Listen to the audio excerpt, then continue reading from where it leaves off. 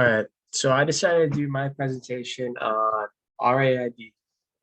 So RAID, also known as redundant array of independent disks. So what is RAID? It is one way data can be protected and stored. It works by copying data on different disks located in an array. Now, RAID is also known as redundant array of inexpensive disks because these disks are generally inexpensive and there's an abundant of them. Now, the main advantages of RAID is the protection of data it provides and the increase in performance it creates. Now, there are three main techniques of RAID: mirroring, stripping, and parity. Now, I'll be talking about these three and explaining what they are. So what is mirroring? So mirroring is when data is directly copied from one disk to another.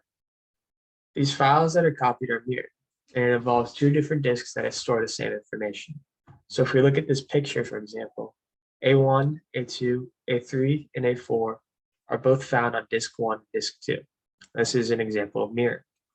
Now, mirroring isn't always the best way to do things because it takes up a lot of space. It's unnecessary sometimes.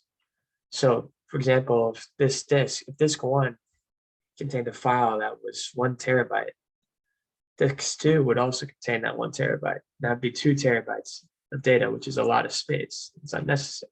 So we could try a parity. So parity is when one main disk called the parity disk is copied and spread out on several disks. Now it allows for data to be protected and spread out through multiple disks rather than relying on one variation. So looking at this example, we can see the parity disk is throughout disk 1, disk 2, disk 3. Now, however, data A, data C, data G, and data I can only be found on disk 1. Whereas if we look at disk 2, data B, data E, data H, and data K can be found. Now, this allows for data to be spread out from one disk onto 5 other disks, 10 other disks. And an example, this is only 3 disks. Now, it's more, I wouldn't say it's better, but it can be the better solution because it's not copying data like mirroring and relying on one-to-one ratio. It can be spread out across multiple disks. So these two examples look at RAID as a form of protection, whereas stripping is mainly used to increase performance. So stripping works by splitting a file and copying it to different disks to improve performance and loading times. It allows the computer to access information quicker and easier.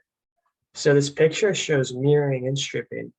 However, we'll see the stripping if we compare drive 1 to drive 3. So drive 1 only contains the odd blocks of 1, 3, 5, 7, whereas drive 3 contains the even blocks of 2, 4, 6, and 8. So this allows the computer to access information quicker because it's split up and it can find it faster. Now, we see the mirroring because drive 1 and drive 2 are the same, and drive 3 and drive 4 are the same. The stripping allows the computer to access and load information faster because it's doing it across an array of disks. And so that's just a quick introduction to RAID and what I learned from this chapter. Thank you.